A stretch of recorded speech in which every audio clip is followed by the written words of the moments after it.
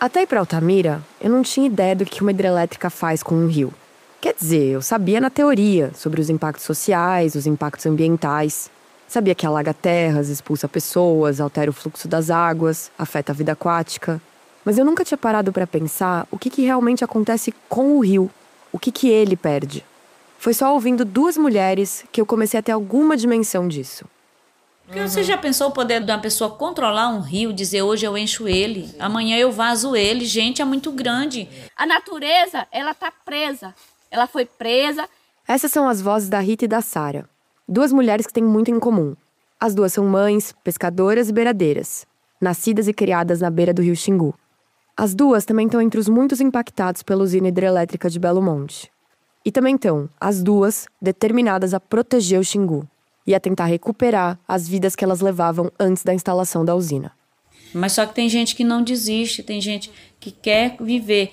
Eles podem estar usando, sim, as águas do rio Xingu, mas o povo está lutando para que eles não matem o rio. Nós estamos lutando para isso.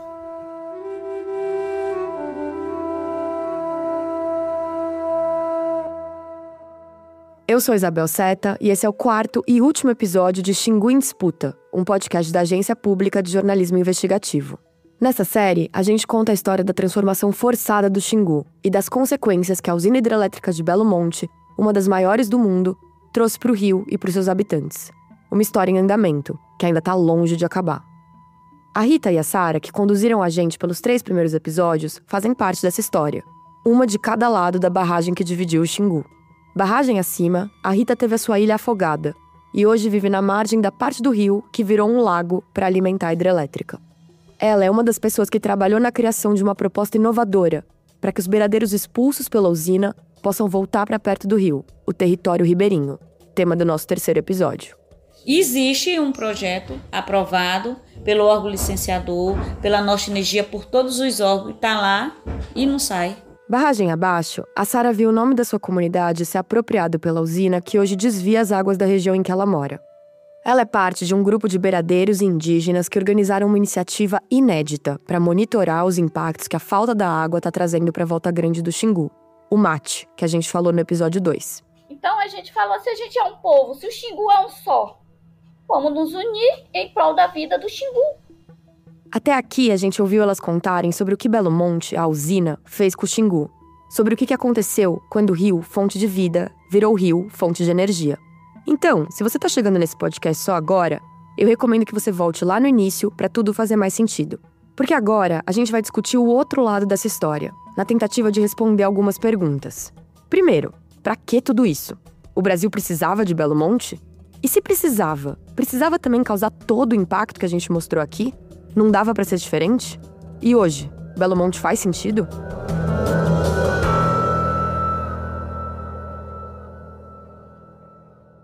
Episódio 4. O futuro não é garantido. Gente, para poder vocês saberem se acabou, tem que ficar junto com o pescador. Não existe mais de você dizer assim, vou botar um gelo na canoa, meus filhos para ir pescar, para nós se manter com a produção desse peixe que nós vamos pegar. Não existe mais isso. Ninguém não conta mais com isso mais não. Esse é o seu Valeriano, o pai da Sara. Depois dessa barragem, todo ano que se passa, que nós ficamos, esses meninos, direto nesse rio, todos os anos é perda de tudo. O seu Valeriano vive na Volta Grande há quase 5 décadas. Quando eu conheci ele lá na ilha Pacuti-Seringa, ele falou uma frase que ficou comigo. Meu gravador estava desligado, bem nessa hora. Mas eu anotei. Ele estava falando sobre o tempo antes da hidrelétrica, quando ele pescava centenas de quilos de peixe toda semana com os filhos. E ele me disse: antes, o futuro estava garantido. Para mim, uma das coisas mais difíceis da crise climática é essa perspectiva de que a gente está caminhando rápido para um mundo em que o futuro não vai ser algo certo, algo garantido. Com o seu Valeriano, eu entendi que no Xingu ele já tinha deixado de ser faz tempo. O que me faz voltar para a pergunta que eu fiz. E para quê? Em nome de que a gente está sacrificando o futuro do seu Valeriano, da Sara, da Rita, dos outros beiradeiros e indígenas que vivem do Xingu, sem falar no futuro de toda a biodiversidade da Volta Grande?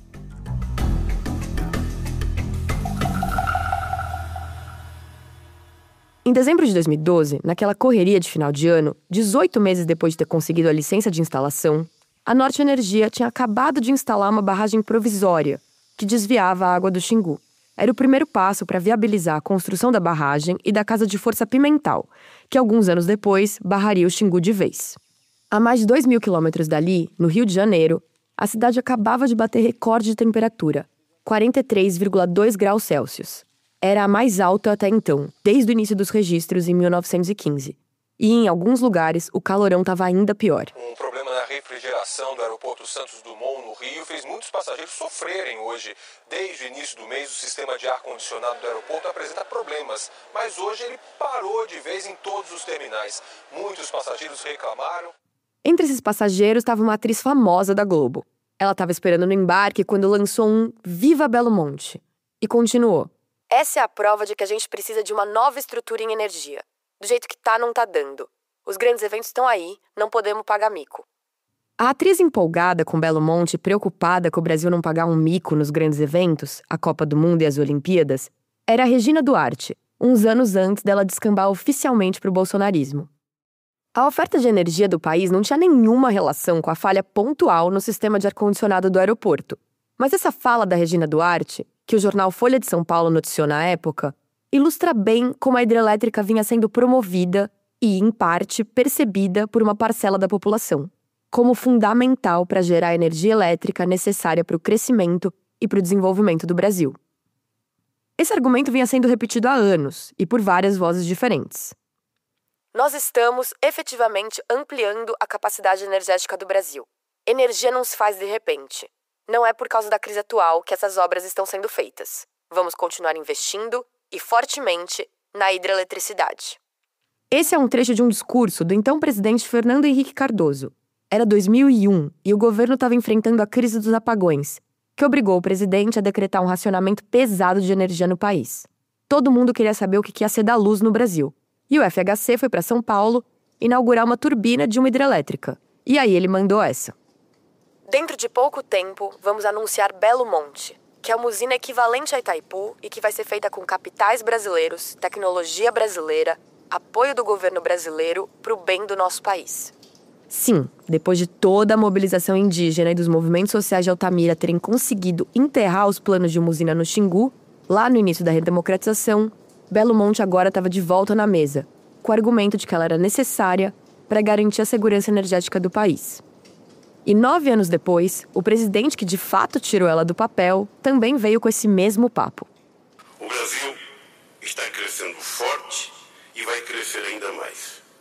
Precisa e precisará cada vez mais de energia limpa, barata e segura. Razão pela qual nós temos a responsabilidade de fazer Belo Monte. Já em 2014, uma nova seca começou a impactar parte dos reservatórios do país. E o fantasma do apagão voltou para assombrar a então presidente Dilma Rousseff. Ela já estava em campanha eleitoral quando foi visitar o canteiro de obras de Belo Monte. A candidata à reeleição pelo PT cumprimentou funcionários e conversou com os jornalistas. Dilma defendeu a construção de hidrelétricas para a geração de energia e disse que, neste momento, o Brasil não corre o risco de desabastecimento. Não houve racionamento durante a Copa, nem vai haver racionamento depois da Copa. Porque nós vivemos numa situação em que investimos muito, tanto, para você ter uma ideia, tanto em transmissão quanto em geração. A ideia repetida pelos 3 presidentes sempre foi essa. O Brasil precisava de uma usina imensa como Belo Monte. Era a responsabilidade do governo fazer a hidrelétrica. Mas desde o início, todo mundo sabia que ela não ia chegar perto dessa grandiosidade, por desenho do projeto mesmo. Ouve só essa reportagem da TV Brasil de 2016. A usina de Belo Monte, no Pará, entrou em operação hoje. A presidenta Dilma Rousseff participou em Altamira da cerimônia.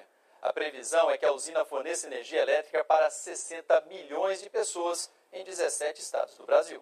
Localizada no rio Xingu, no centro do Pará, está sendo projetada para produzir até 11.233 megawatts de energia.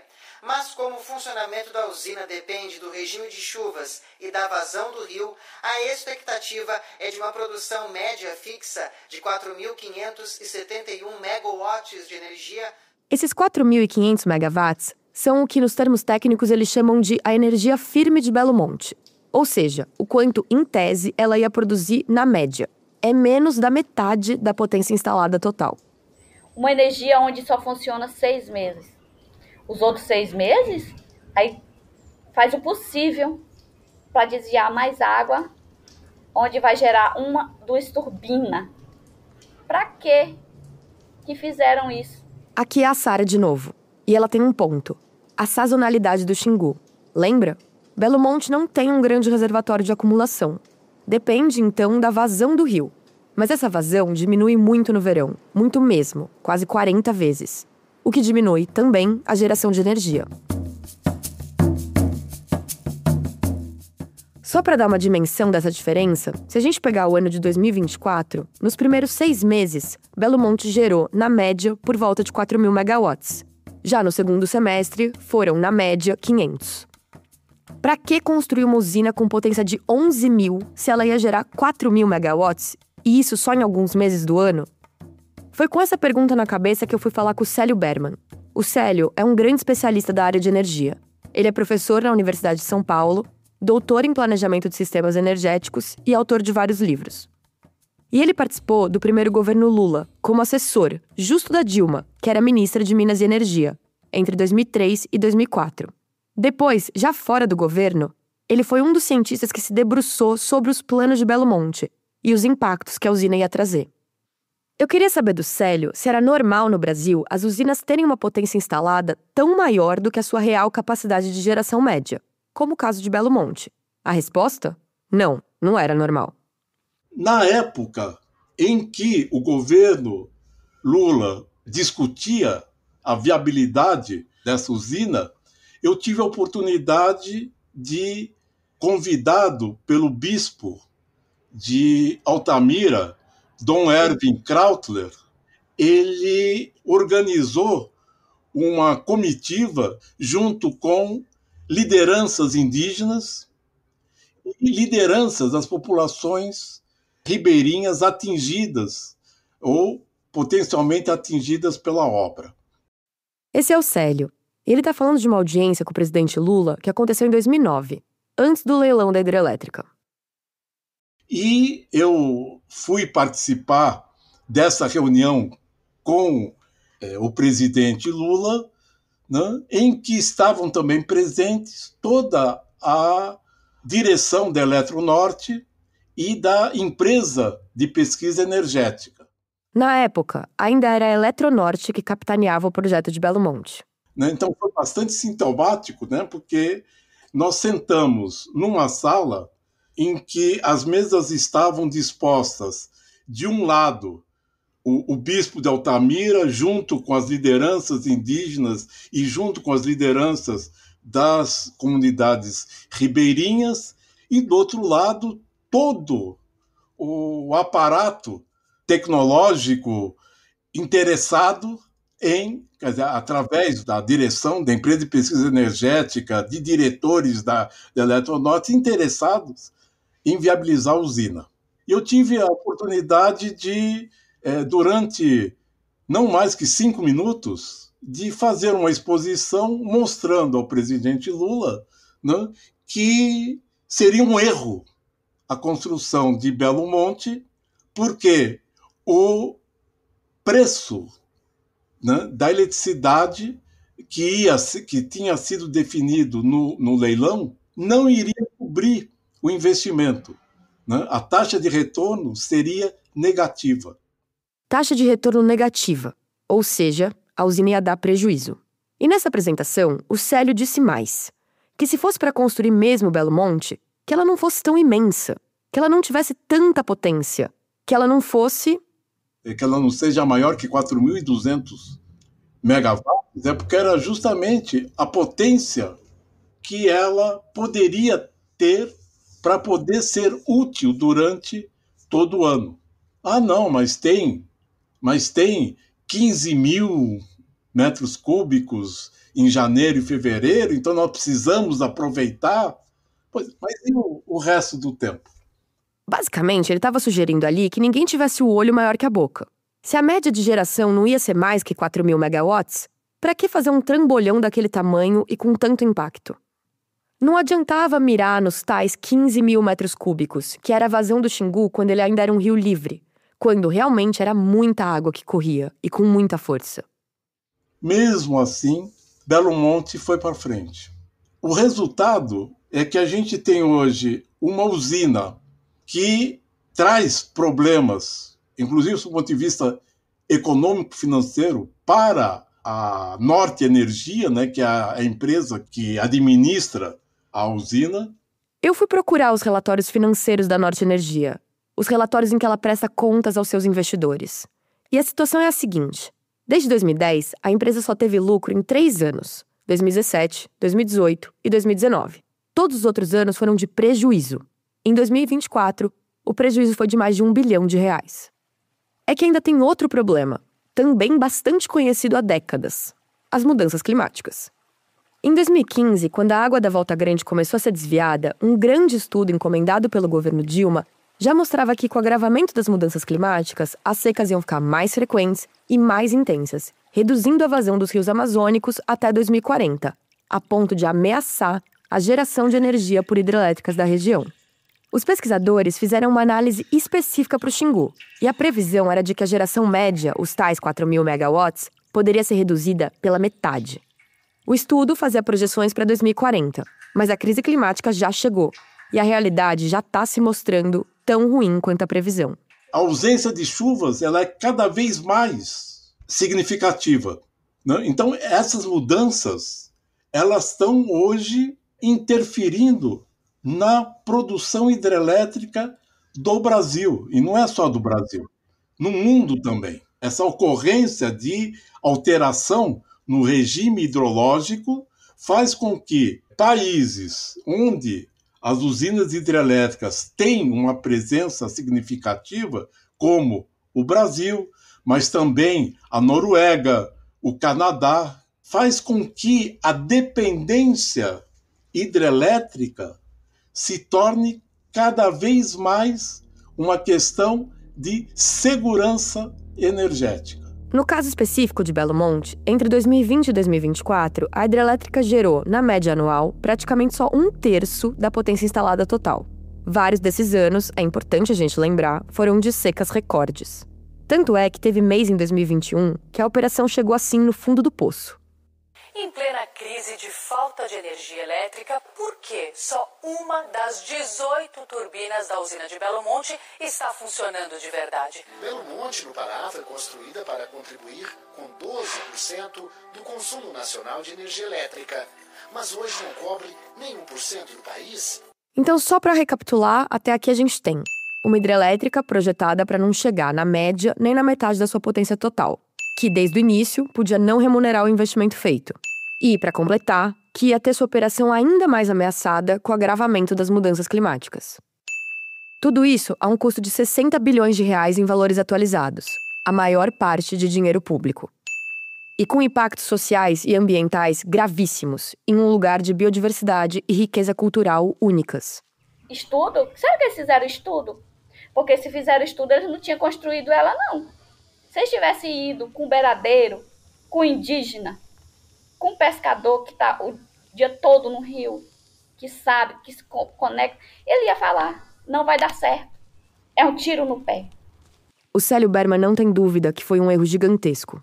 Então, talvez é um dos piores projetos de usinas hidrelétricas que a gente pode considerar construídos aqui no nosso país.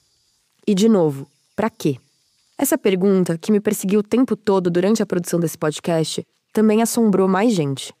Não era para geração de energia, eles não conseguiam contestar os dados que nós trazemos das universidades brasileiras, das universidades estrangeiras, dizendo que a geração de energia não seria de 11 mil megawatts, ela não seria a maior, a terceira maior hidrelétrica do mundo, a segunda maior do Brasil, ou a primeira do Brasil, genuinamente nacional. Aqueles dados estavam falsos, não iria gerar aquilo de energia.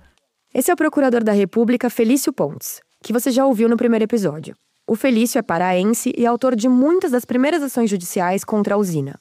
E ele também tentou entender por quê. E nós víamos pela reação a essas ações da justiça e também pelos argumentos falhos e e mentirosos que vinham com muita ênfase do outro lado, que nós não sabíamos quais os interesses nós estávamos contrariando com aquela que era a obra mais cara do Brasil deste século. E aí nós nos perguntávamos, sabe, Isabel, naquele tempo, entre nós, os procuradores da República e a assessoria, nas reuniões que nós fazíamos constantemente sobre o caso, perguntávamos que interesses nós estamos contrariando, já que nós estamos tão claro, as evidências estão tão flagrantes de que essa hidrelétrica não vai gerar essa energia, que vai ser um prejuízo para o Brasil. O que a gente está contrariando? A resposta levou anos para aparecer. E eu acho que isso, ao longo dessas ações judiciais, ao longo do trabalho que ainda continua conosco, a gente já pode ter uma ideia disso, né? A própria Lava Jato mostrou bem a que servia Belo Monte. Mostrou que tinha, claro que tinha corrupção naquele meio, né? E era isso que pautava a construção de Belo Monte. Nas investigações da Lava Jato, os executivos da Andrade Gutierrez disseram, em suas delações premiadas, que as construtoras tinham combinado o pagamento de 1% do valor da obra em propina para o PT e para o PMDB, hoje MDB. A empresa fechou um acordo de leniência em 2016 e se comprometeu a devolver R$1 bilhão e a fazer um pedido público de desculpas para o povo brasileiro. A Andrade Gutierrez, junto com a Odebrecht e a Camargo Correia, formavam o consórcio construtor da hidrelétrica. Sim, teve isso, um consórcio para construir Belo Monte formado por essas grandes empreiteiras. E, depois, um consórcio para operar a usina, a Norte Energia. Os delatores Odebrecht, por sua vez, implicaram o ex-senador Edson Lobão, do PMDB, que foi ministro de Minas e Energia entre 2011 e 2015. O que os delatores disseram é que ele, supostamente, teria recebido quase R$3 milhões, uma parte do valor do contrato da construção de Belo Monte. Ele se tornou réu em 2019, mas foi absolvido em 2024, depois que o Supremo Tribunal Federal declarou a nulidade das provas obtidas no acordo de leniência do Odebrecht. De lá para cá, a Lava Jato, em grande parte, desmoronou sem que a gente tenha chegado ao fundo dessa resposta. Mas para o Felício, ela se insere numa dinâmica maior da história nacional. Durante a ditadura militar, era claro que havia esse clientelismo, havia essa relação muito intensa entre aqueles que executavam obras do poder público e o poder público. Isso que a gente pensava que pudesse ser quebrado, não foi quebrado. Então eu acho que ainda exerce, o poder econômico no Brasil exerce uma influência muito grande no governo, seja qual ele for, seja governo da esquerda, da direita.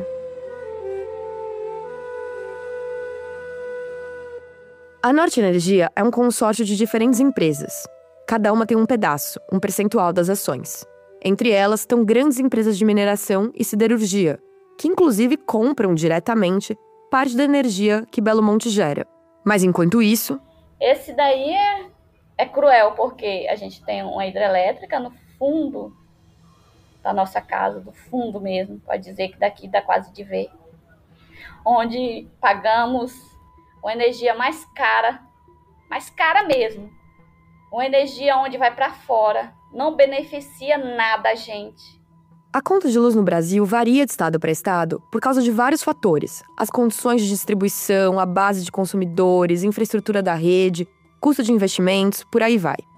E adivinha quem, nos últimos 2 anos, pagou a maior tarifa? Os consumidores no Pará. Se Belo Monte é parte dessa relação intensa entre poder político e poder econômico, ela também reflete o que esses poderes sempre consideraram como um modelo de desenvolvimento para a Amazônia. Um desenvolvimento que, como a Sara já disse aqui, não serve para ela, mas tem um custo enorme. Eu sinto falta de escolher o peixe para me comer. Chegar lá no rio, pegar o peixe lá, não vou levar esse, que está muito pequeno, vai crescer. Deixa crescer. Aí escolhi o peixe que eu ia comer. A água, sinto falta da água. Daquela água onde não tinha contaminação, que hoje a gente bebe água, mas a gente fica doente. Eu comecei a entender esse custo Belo Monte antes de chegar na Volta Grande, anos antes, quando em 2021 eu fui ler o livro Banzeiro Ocoto, da jornalista Eliane Brum, que, por sinal, eu recomendo bastante. A Eliane, que mora em Altamira desde 2017, faz reportagens sobre Belo Monte há anos e conhece essa história como poucos. No livro, ela diz que os povos da floresta desafiam as definições capitalistas de riqueza e pobreza, que só vem o lado material desses conceitos. Para os povos da floresta, ser rico é para começar nem precisar de dinheiro. E ser pobre está muito mais ligado a não ter liberdade. Nas palavras da Eliane, ao arrancar os beiradeiros do rio e da floresta, Belo Monte fez com que, de uma hora para outra, centenas de famílias se descobrissem pobres. Quando eu estava lá em Altamira, esse diagnóstico da Eliane voltou com tudo para mim. Ele aparecia em todas as conversas que eu tinha. Todas as vezes que eu perguntava como era a vida antes, ou do que eles sentiam saudade, os beiradeiros e os indígenas Juruna tentavam me explicar que, antes da hidrelétrica, eles eram ricos. Se você precisasse de um peixe, Volta Grande tinha muita riqueza em peixe, Volta Grande tinha riqueza em fruta, em caça. Esse é o Diel Juruna, que praticamente desenhou para mim essa explicação. Então tudo que você precisaria, você tirava da Volta Grande do Xingu. E você tinha aquela liberdade de banhar, de pescar, de quando você ia comer um peixe, quando você não ia, se você queria trabalhar ou não, se você ia, você tinha sua liberdade. Mas para as autoridades, para a empresa, para o olhar de fora, para a mentalidade urbana, riqueza é dinheiro, é infraestrutura, é casa de alvenaria, é rua asfaltada, é supermercado. Por esse olhar, Belo Monte seria o suposto vetor de riqueza, de desenvolvimento. Ninguém foi lá perguntar o que os povos do Xingu entendiam por desenvolvimento, nem se eles queriam isso. Uma violação do direito à consulta que é garantido aos povos tradicionais.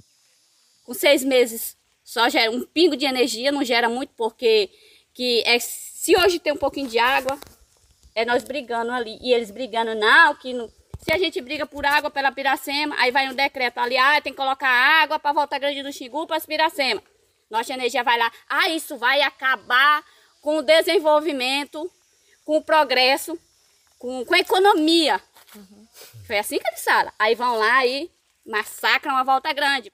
E o problema é que esse desenvolvimento massacrante não cansa de dar as caras. A ameaça mais recente é a mineradora Belo Sun, que tenta há anos destravar o seu projeto para instalar a maior mina de ouro a céu aberto do Brasil. Sabe onde? Bem na Volta Grande. Esse projeto, por enquanto, ainda não saiu do papel, porque, entre outros entraves, está em disputa na justiça. Mas ele é mais uma ameaça de mega empreendimento que ronda a região. E não é a única. A maior usina hidrelétrica 100% brasileira é um pilar para a estabilidade do sistema interligado nacional. Seu papel estruturante colabora com os reservatórios de outras usinas. Esse é o trecho de um vídeo da Norte Energia, divulgado no canal da empresa no YouTube em novembro de 2024. Ele ilustra como a empresa vem respondendo à grande pergunta de pra quê? A ideia central, que aparece não só nesse vídeo, mas também nos documentos da empresa para o governo, é a de que Belo Monte seria uma bateria do sistema elétrico nacional. A ideia é a seguinte: como a usina gera mais energia nos meses finais e iniciais de cada ano, isso permitiria poupar os reservatórios das hidrelétricas do Sudeste e do Centro-Oeste, que daí teriam tempo para encher no verão e depois ter água nos meses mais secos do meio do ano. Pode até ser. Até porque esse argumento não é usado só pela Norte Energia. O Operador Nacional do Sistema Elétrico, o ONS, e o Ministério de Minas e Energia também costumam destacar a importância para o país da geração de Belo Monte nos meses chuvosos. Mas faltou falar de um problema fundamental. A época que Belo Monte tem mais água para funcionar é justamente o período de reprodução de muitas espécies de peixes da região. Como a gente já falou aqui, é aquela disputa entre as vidas dos seres da Volta Grande e a geração de energia. Estão roubando água para a reprodução do peixe, que vai fazer 10 anos sem a reprodução do peixe. Acaba que são os povos, os peixes e todos os outros seres do Xingu que pagaram e continuam pagando o preço para que a usina possa gerar alguma energia nos meses de chuva. E, recentemente, veio a outra ameaça. Em abril de 2025, a Norte Energia levou alguns jornalistas para conhecer as operações em Altamira. Foi nessa ocasião que os executivos da empresa contaram que eles estão com uma ideia, que seria ainda bem preliminar, de construir mais uma barragem no Xingu. Essa barragem, os executivos disseram que seria feita para criar um reservatório de acumulação, como se fosse uma caixa d'água, que ia encher durante o período de chuvas, para daí, na seca, essa reserva poder ser usada pela hidrelétrica para gerar energia. Um dos supostos objetivos seria o de minimizar o conflito em torno da água, mas ninguém explicou se estavam falando do conflito com a Volta Grande, nem o que outra barragem poderia fazer para minimizar a disputa pela água. O que sim eles disseram é que esse reservatório teria que ter pelo menos uns 1.000 km², em um lugar que ainda não foi definido. 1.000 km² é quase o tamanho do reservatório do projeto original, que foi pensado décadas atrás pela ditadura. Aquela primeira ideia era ter um reservatório de 1.200 km², que ia alagar terras indígenas, e que por isso foi descartado pelo governo na hora de fazer Belo Monte. Agora, o que os executivos da Norte Energia falaram para os jornalistas é que o pressuposto básico para um eventual novo reservatório é que ele não vai alagar áreas indígenas, nem ribeirinhas, nem áreas de pesca. Eu perguntei especificamente sobre essa ideia de uma nova barragem para a empresa. Eu queria saber por que ela é necessária, qual seria o tamanho do reservatório formado e, principalmente, onde ele ia ser implementado. Eu perguntei também se a empresa já informou essa ideia para o IBAMA. A Norte Energia não me deu nenhuma resposta para essas perguntas. Já o IBAMA me disse que não recebeu solicitação e que não tem registro de qualquer processo de licenciamento ambiental relacionado à implantação de nova barragem.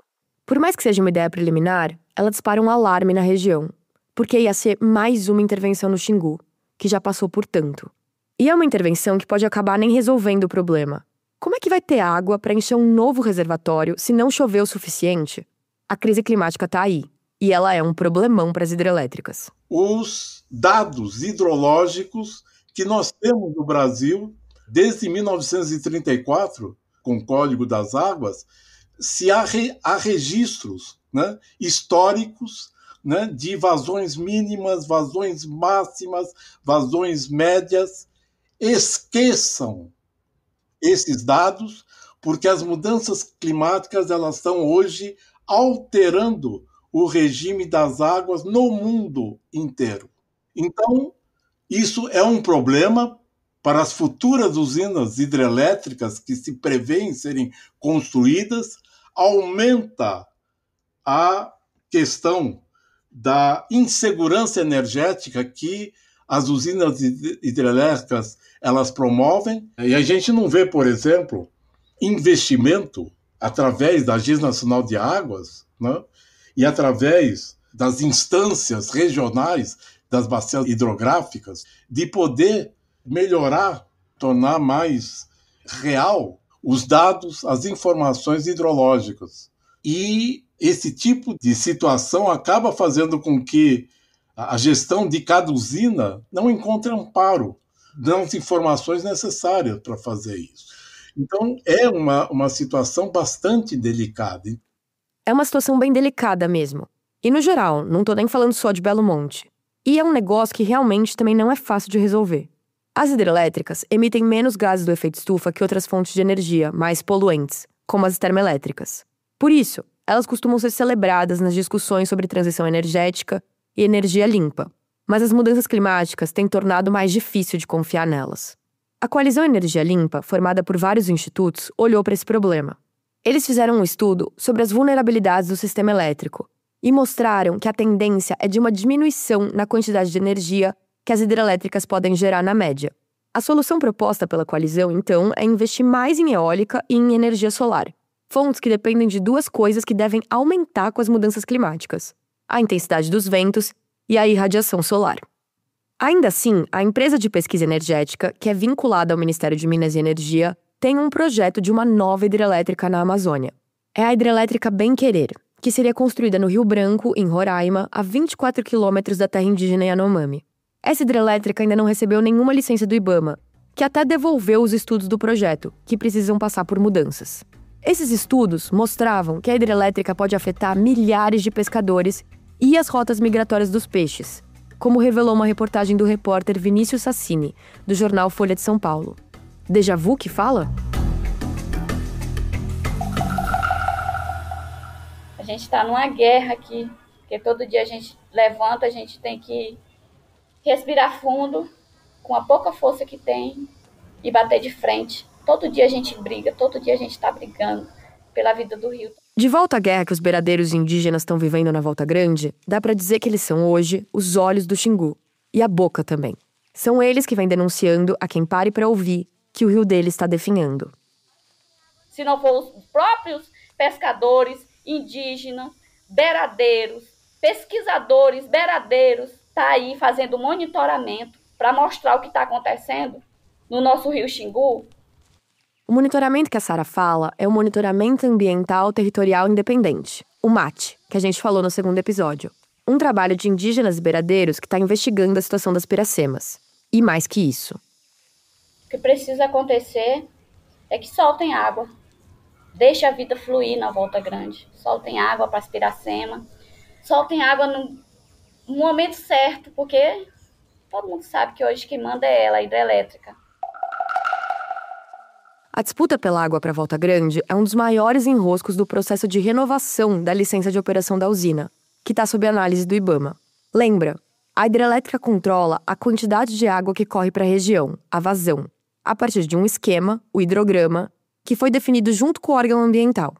Mas uma das condicionantes da licença de operação diz que a Norte Energia precisa controlar essa vazão de forma a reduzir os impactos na qualidade da água, na fauna, na vegetação, na pesca, na navegação e nos modos de vida das populações tradicionais. Os beradeiros e indígenas vêm reunindo evidência de que isso não está sendo respeitado. A área técnica do IBAMA também reconhece isso em vários documentos. E até já pediu para que seja definido um novo esquema de vazão, no termo técnico, um novo hidrograma, que garanta o modo de vida dos povos da Volta Grande. A Norte Energia quer manter o atual esquema em vigor. Já o pessoal do MAT está na batalha por uma outra ideia, um modelo alternativo. O hidrograma Piracema é diferente porque ele não é um hidrograma pensado para geração de recursos, né? Aqui, de novo, o Diel Juruna, que é o coordenador do MAT. Ele é um hidrograma que ele segue um pouco o ciclo natural de que era antes, o rio, e ele é um hidrograma pensado ecologicamente, né? Ser pensado ecologicamente significa que o hidrograma Piracema procura reproduzir de forma mais próxima o ciclo natural do rio, o pulso de cheia e de seca, aquele pulso que sempre determinou toda a vida na região. O hidrograma Piracema ainda fica abaixo da média histórica da vazão do Xingu, mas ele faz uma coisa fundamental, que é aumentar a água nos meses críticos para a reprodução dos peixes, entre dezembro e abril, mais ou menos. Então é a quantidade de água e o tempo que essa água chega.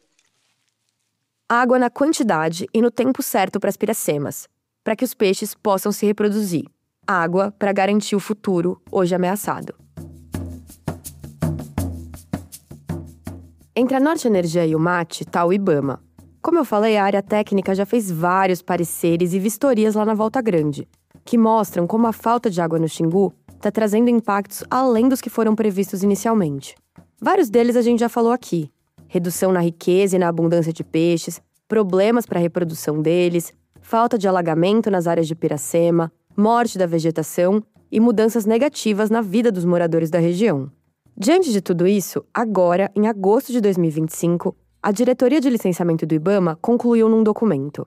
Fato é que, após uma década de operação do empreendimento e realização de diversos estudos, ainda não foi possível estipular um ciclo de vazões que permita assegurar a manutenção dos ecossistemas naturais, os modos de vida das comunidades residentes e a compatibilização com a geração de energia.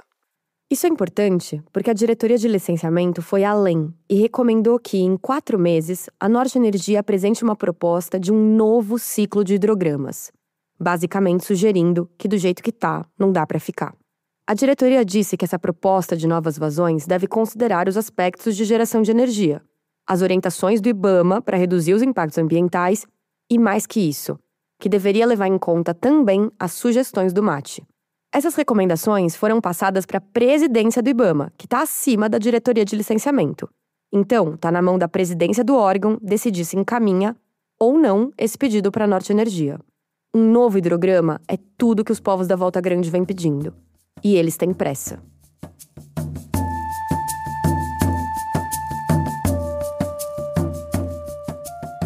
Cada ano diminui, que quase estaca zero. Com certeza, daqui 5 anos, não vai ter mais nada de peixe nessa Volta Grande, entendeu? Então, praticamente, vai extinguir tudo, vai ficar do zero, né? O Curimatá vai acabar, que já não tem, entendeu? O Tucunaré vai sumir tudo. Esse é o seu Raimundo, pesquisador do MAT e liderança na Volta Grande, que nos conduziu pelo episódio 2. Entendeu? Então, o meu medo é de nós não conseguir reverter a vazão, né, no tempo certo, aqui para Volta Grande, entendeu? O rio entrar num colapso total, assim, de falta de peixe, de acabar mesmo, de ir para extinção as espécies, né? De você, quando pegar um peixe aqui dentro da Volta Grande, você se admirar, tá pensando que tá pegando uma coisa de outro mundo. Por isso que a ideia do hidrograma Piracema é tão importante. É porque se não reverter esse quadro da da vazão de água num período certo, o que vai acontecer é isso. O Ministério Público Federal também está de olho nessa ameaça. Em 2024, a procuradora Thaís Santi abriu um inquérito para investigar a destruição dos modos de vida e dos ecossistemas na Volta Grande. Ela pediu, inclusive, um estudo técnico sobre o conceito de ecocídio. Enquanto isso, o IBAMA segue analisando se a Norte Energia cumpriu todas as medidas que condicionam a licença de operação. Essa análise é parte do processo de renovação dessa licença, que está vencida desde 2021. O IBAMA me diz que algumas obrigações foram sim cumpridas, outras ainda estão em andamento e algumas apresentam pendências. Para essas, eles pediram adequações e informações complementares para a empresa. Entre as muitas medidas, 2 são especialmente importantes e seguem em aberto. São as 2 que a gente tratou aqui nessa série. Uma eu mencionei há pouco, o hidrograma das vazões para Volta Grande. A outra é o reassentamento das famílias beradeiras no território ribeirinho. Essas 2 medidas passam pela luta diária dos povos tradicionais da região. São 2 medidas que, para centenas de famílias, vão determinar as suas fontes de renda e o seu jeito de estar no mundo. Antes que o nosso monitoramento ele vem com a intenção de tanto manter vida na Volta Grande, como manter cultura, como manter o modo de vida, como manter um povo numa região, né, que não queira sair, tanto nós, eu como indígena, como ribeirinhos, que nascemos e se criamos nessa beira de rio, né, que a gente consiga água para que esse povo não saia dos seus locais, né, que vem de gerações, vem de povos ancestrais, dos nossos ancestrais.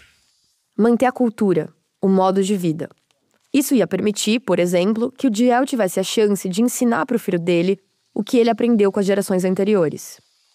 Eu tive a oportunidade, né, de aprender a mergulhar.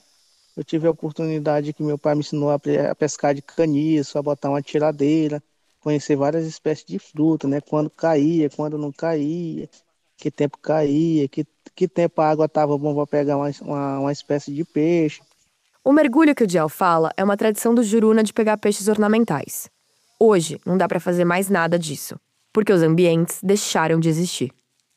E o que eu acho mais grave em toda essa expulsão do ribeirinho, com toda a sua tradicionalidade do Beradão, são essas crianças. Tem criança com 8 anos, 9 anos, que nasceu em Altamira, que foi retirada do Beradão. Será que quando o pai dela voltar, for ser reassentado, essa criança vai ter? Foi um rompimento de laços. Voltar para a beira do Xingu, no território ribeirinho, poderia retomar esses laços e fazer com que os pais possam compartilhar com seus filhos o rio que eles conheceram.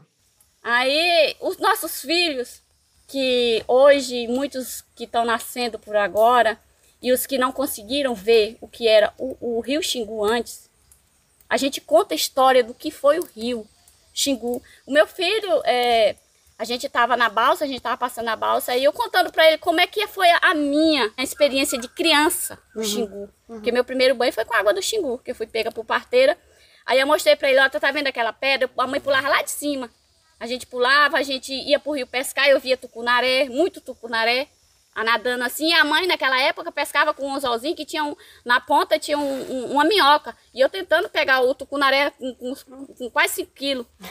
Aí falando pra ele, e era, mãe, contando dos filhotes que existia, que hoje não existe mais. Tucunaré lá também não existe mais. Como é pra você, como mãe, contar essas histórias e não poder mostrar tudo isso? É triste, porque hoje em dia ele vê a piraíba, que é o filhote, por foto.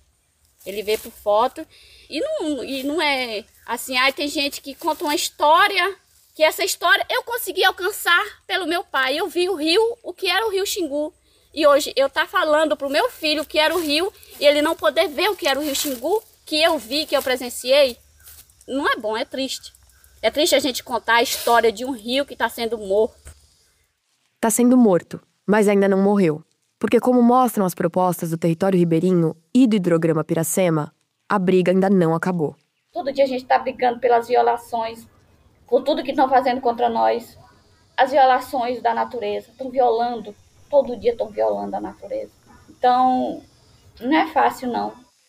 Nas conversas que eu tive lá em Altamira, eu comecei a perceber esse cansaço em bastante gente. E perguntei sobre ele. O Diel, apesar de toda a disposição, me disse que às vezes se sente esgotado.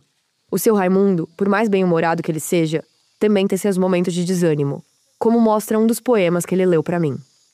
Insensatez, uma muralha que estrangula, o rio que define, a insensatez que impulsa a caneta e destina a vida que tinha vida, perder a vida, e a escassez ser rotina. Por trás de toda a firmeza da Rita, também tem desamparo.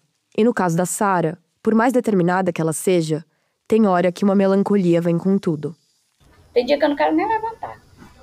Tem dia que eu deito, hoje mesmo foi um dos dias. Falei, ai meu Deus, eu levantei e botei a cabeça pra cima, assim. Aí fiquei pensando. Aí me deu vontade, assim, vontade de desistir, sumir. Deixar aí o que tem que acontecer. Se quer destruir, destrói. Acaba logo com tudo. Porque se vai acabar com o rio, se vai acabar com a floresta, se vai acabar com tudo, todos vão padecer. Aí parece que tem uma força maior que chega e pá, tá falando besteira. O que você acha que é essa força? É o rio, é a floresta. Chega e fala, tá falando besteira, mulher. Que eu preciso de ti, nós precisamos de cada um de vocês. Então é isso, a gente não desiste ainda, a gente não desistiu ainda, porque o rio, ele é a nossa maior inspiração, é a nossa maior força de resistência. Quando a Sara me falou isso, eu voltei a pensar nos rios da minha cidade. Eles começaram a ser mortos há muito tempo. Eles também foram desviados, concretados e asfixiados. E mesmo que alguma vida continue resistindo neles, e que as margens até ganhem ciclovias e projetos de revitalização, não dá pra gente dizer que tem um grande movimento da sociedade paulistana para recuperar esses rios. Se a gente ainda conseguisse ouvir, o que os nossos rios diriam? Ele tá resistindo ali, isso pra nós é gratificante, a gente tem força. Porque quem tá aguentando o pepino todo, aguentando tudo isso é ele. Então a gente tem força para poder falar em nome dele. Se o Rio Xingu ainda não morreu, é por causa da luta de muita gente. Principalmente dos beiradeiros e dos indígenas, que falam com o Xingu e pelo Xingu. E por isso mesmo não pretendem desistir. Eles ainda querem garantir um futuro. As pessoas falam assim, é fato consumado. Tá certo, é fato consumado até quando a gente permitir. Porque enquanto a gente tiver vida, não vai ser fato consumado, não.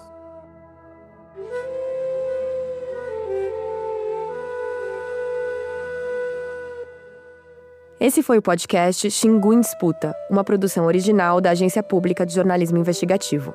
Para fazer essa série, eu li centenas de páginas de documentos oficiais e entrevistei mais de 25 pessoas, algumas que você ouviu aqui. Eu deixo meu agradecimento a todas elas. E agradeço muito a você também, que chegou até aqui. Muito obrigada por acompanhar essa história. E se ela mexeu com você ou despertou o seu interesse, te digo que essa é uma das muitas histórias de Belo Monte. O gigantismo da usina significa que os seus impactos também são muitos. E eles vão além dos tratados nessa série. A hidrelétrica também trouxe consequências para os diferentes povos das várias terras indígenas da Bacia do Xingu, para toda a zona urbana de Altamira, para os municípios do entorno, para diferentes espécies de animais e de plantas. Muitos desses impactos vêm sendo relatados em livros, reportagens, documentários e pesquisas. Então, quem quiser, pode seguir na trilha dessas histórias.